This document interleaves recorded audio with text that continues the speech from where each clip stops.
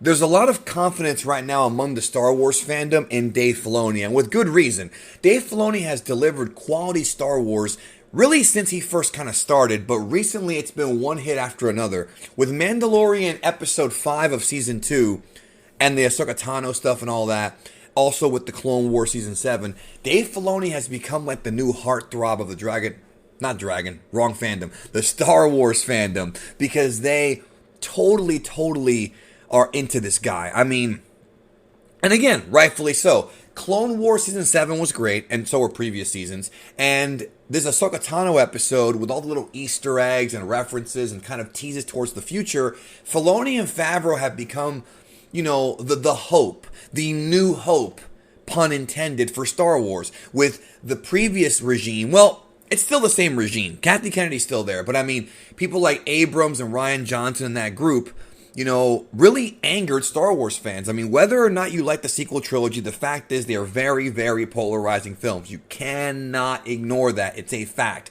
And please don't be that prick, because I see him all the time on social media. That prick that thinks his opinion is worth more than somebody else's. I see it all the time. Oh, we gotta remind people that Last Jedi is a great movie. Last Jedi is great, and if you don't think so, you're an idiot. Like, piss off, bro. I'm not an idiot. I've got friends of mine who are film fans, who are hardcore movie historians who don't like that film, and who like Rian Johnson. I like Knives Out. I just ordered it on 4K the other day from Amazon on Cyber Monday. So I have nothing against Rian Johnson as a person or as a director, but he blew it with Last Jedi. I mean, he just did with the storyline, right? And that's what this video is about here. It's sort of like that whole thing is not about people being snobbish on social media, but about, can Dave Filoni, because I've seen people say this, can Dave Filoni really save the sequel trilogy? Can Dave Filoni do it for the sequels what he did for the prequels? Let me explain what I mean by that, because some folks who came around late or recent may not know what I'm talking about. So, when the prequel trilogy ended, episodes 1, 2, and 3, George Lucas was not a well-liked man. There's a whole documentary about this called The People versus George Lucas, where they talk about how Lucas, because of the way that he sort of changed directions in the prequels and made those movies different than the original trilogy, both in the way they were produced, the way they look, the acting, the script, they weren't as good. I mean, even if you like the prequels, they're just not as good as the original trilogy. Revenge of the Sith is the closest one. But people, really came down on this man, and it kind of affected him. Because we heard stories of him saying, complaining about the fandom, and he came off very sad. He was never really an angry person, but in the Charlie Rose interview, I remember he came off really sad because he was kind of saying things, about the Star Wars fandom, saying, I want to paint my house white, they want to paint my house green, but it's a white house, or whatever he said, something like that. And he kind of seemed like the fandom sort of drove him away, right? It seemed that way. Now, I'm not saying that for certain. I haven't spoken to the man privately, so I do not know what he's really thinking, but it did seem that way. They were kind of dicks to him, but again, he did produce a subpar product according to them.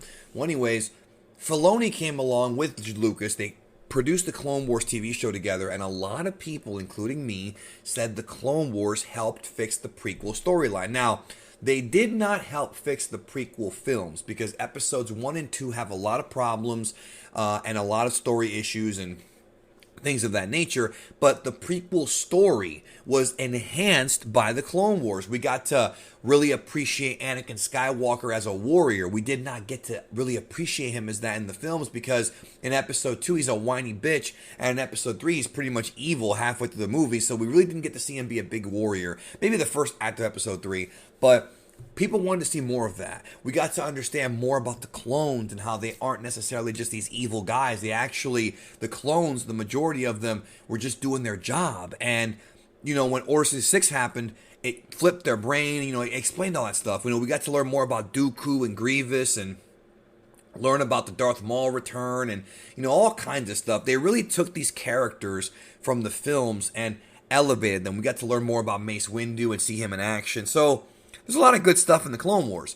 And some would say that if you watch Star Wars, the prequel trilogy with the Clone Wars TV show as part of it, you get a much more richer and fuller picture of what was going on in the galaxy. And I agree. The Clone Wars does make the prequel saga better. That's a fact. Well, no, it's an opinion, but you know what I mean. I think it's a very strong opinion in my view.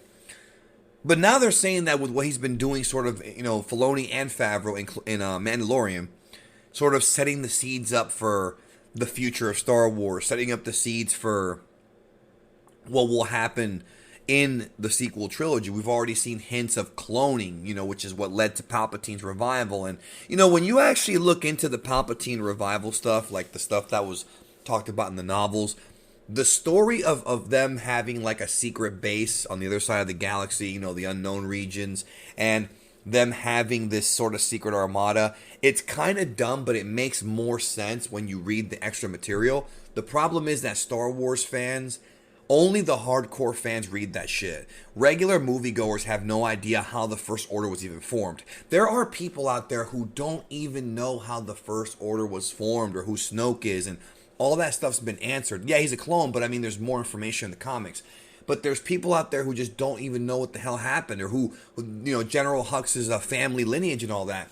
People don't know because with these fucking movies, we had these very paper-thin plots, and then we have like all this explanation stuff that was never even explained in the films. There's so many unanswered questions. If you watch episodes 4, 5, 6, 7, 8, 9 in that order with no books, no comics, none of the freaking Chuck Wendig shit, you don't even know what the hell happened. You don't even know how the New Republic was formed. There's so many unanswered questions that were answered in these books because Disney did this whole like multimedia thing where they want you to read the books to get the information. And I've complained about this so much because it's one thing to read the books to add more information to a certain character or a backstory, tell the story. It's another thing to read the books to actually fill in the blanks on missing plot points. That's stupid. People were saying that Rogue One is better if you read the novel. Okay, that's fine, but why can't the movie be better? See what I'm saying? You have to figure out ways to explain things, especially with a franchise as coveted as Star Wars.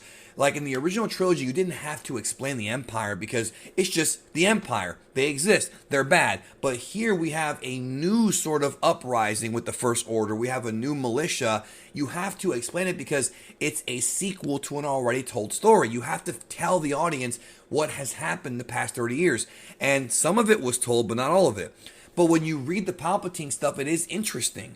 At the same time, it's also an obvious ass pull, and it's so obvious that Lucasfilm Story Group is trying their best to kind of cover that up by trying to create these little intricate storylines of things that Palpatine was doing in secret during the original trilogy. Grand Admiral Thrawn is still alive. Now we found out.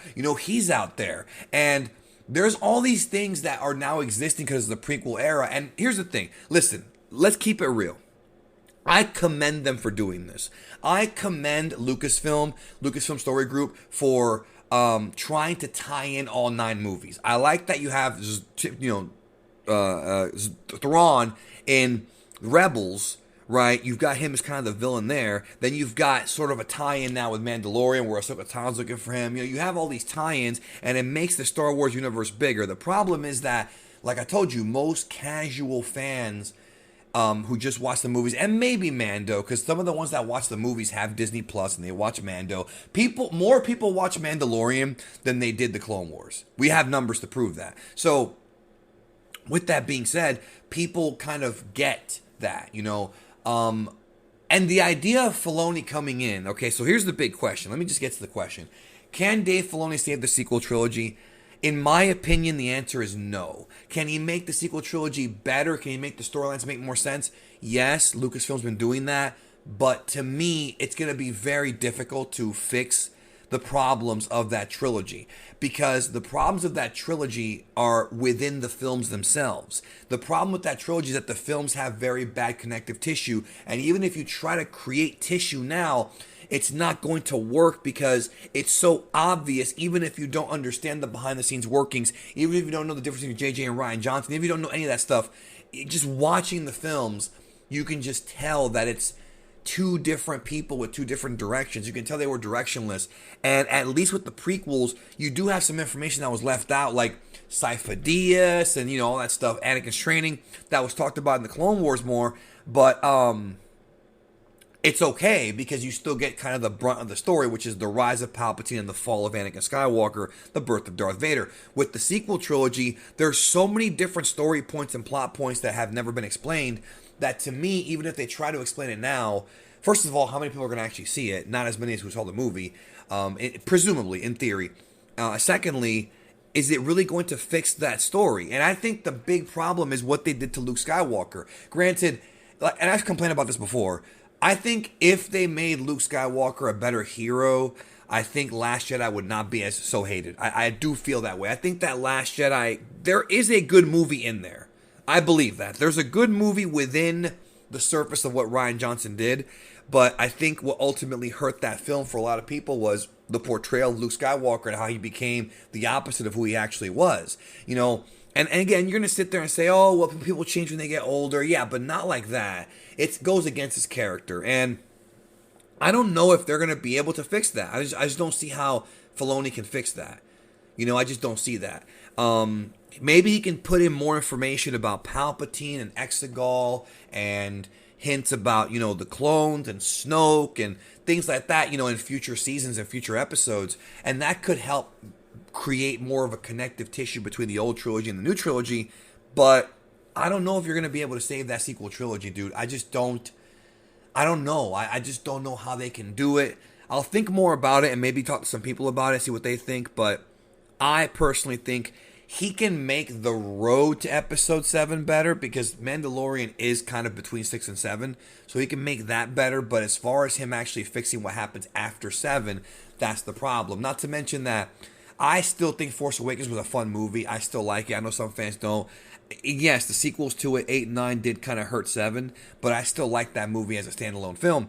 And I think, you know, if you just had Force Awakens and then you had 2 better sequels, I think this trilogy would have been pretty damn beloved. I really do think that. But because they blew the poop with episode 8 and then tried to fix it with episode 9, but made it worse in some cases, and depending on your opinion, you know, it's difficult to really say how this can be saved. I mean, just the Luke stuff, you know, just doesn't really work for me. Plus, the way that they kind of have tried to retcon Kylo Ren from what he was to what he became, there were a lot of retcons. You know, like, for example, in the films, it was heavily implied that he killed Luke's students. Then we find out in the comics that he did not do it, that Palpatine shot lightning across the galaxy. Okay, that's really stupid. That's really dumb. If Palpatine can shoot lightning across the galaxy, why hasn't he killed Leia or Rey or anybody else gets in his way? Like, it's dumb. It's really, really dumb, dude. It's dumb. Like, they're trying to fix plot holes and make characters change their perspective, and they're creating more plot holes.